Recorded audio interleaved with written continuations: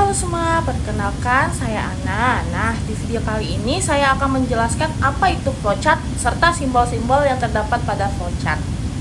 Flowchart adalah diagram yang menggambarkan alur atau langkah-langkah dari suatu proses. Biasanya dipakai dalam pemrograman atau perancangan sistem. Nah, sekarang kita bahas simbol-simbol yang terdapat pada flowchart dan apa artinya.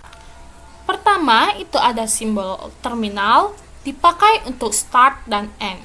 Jadi, tanda ini menunjukkan titik awal atau akhir dari sebuah proses.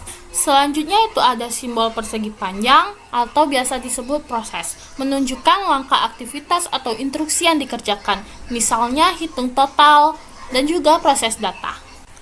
Selanjutnya itu decision. Simbol berbentuk belah ketupat atau decision digunakan untuk menandai keputusan yang harus diambil dalam proses tersebut.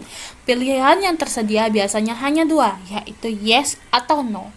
Symbol of page references adalah simbol yang digunakan untuk menghubungkan dua halaman atau lembar flowchart yang berbeda. Simbol ini dapat membantu dalam menggambarkan proses yang kompleks dan panjang dengan lebih mudah. Simbol ini digunakan ketika proses yang dijelaskan membutuhkan lebih dari satu lembar flowchart dan memungkinkan pembaca untuk melihat seluruh alur proses yang diperlukan.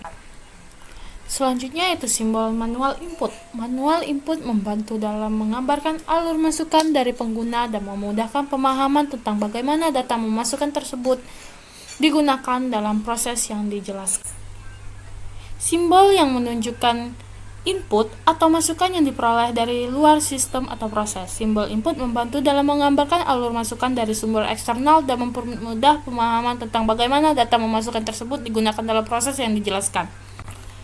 Simbol yang menunjukkan penyimpanan data dalam sistem atau proses yang digunakan untuk mempresentasikan tempat atau lokasi penyimpanan data dalam suatu sistem atau database. On-page references. Simbol ini digunakan untuk mempresentasikan kaitan antara dua halaman atau bagian dalam flowchart yang terpisah namun masih pada lembar flowchart yang sama.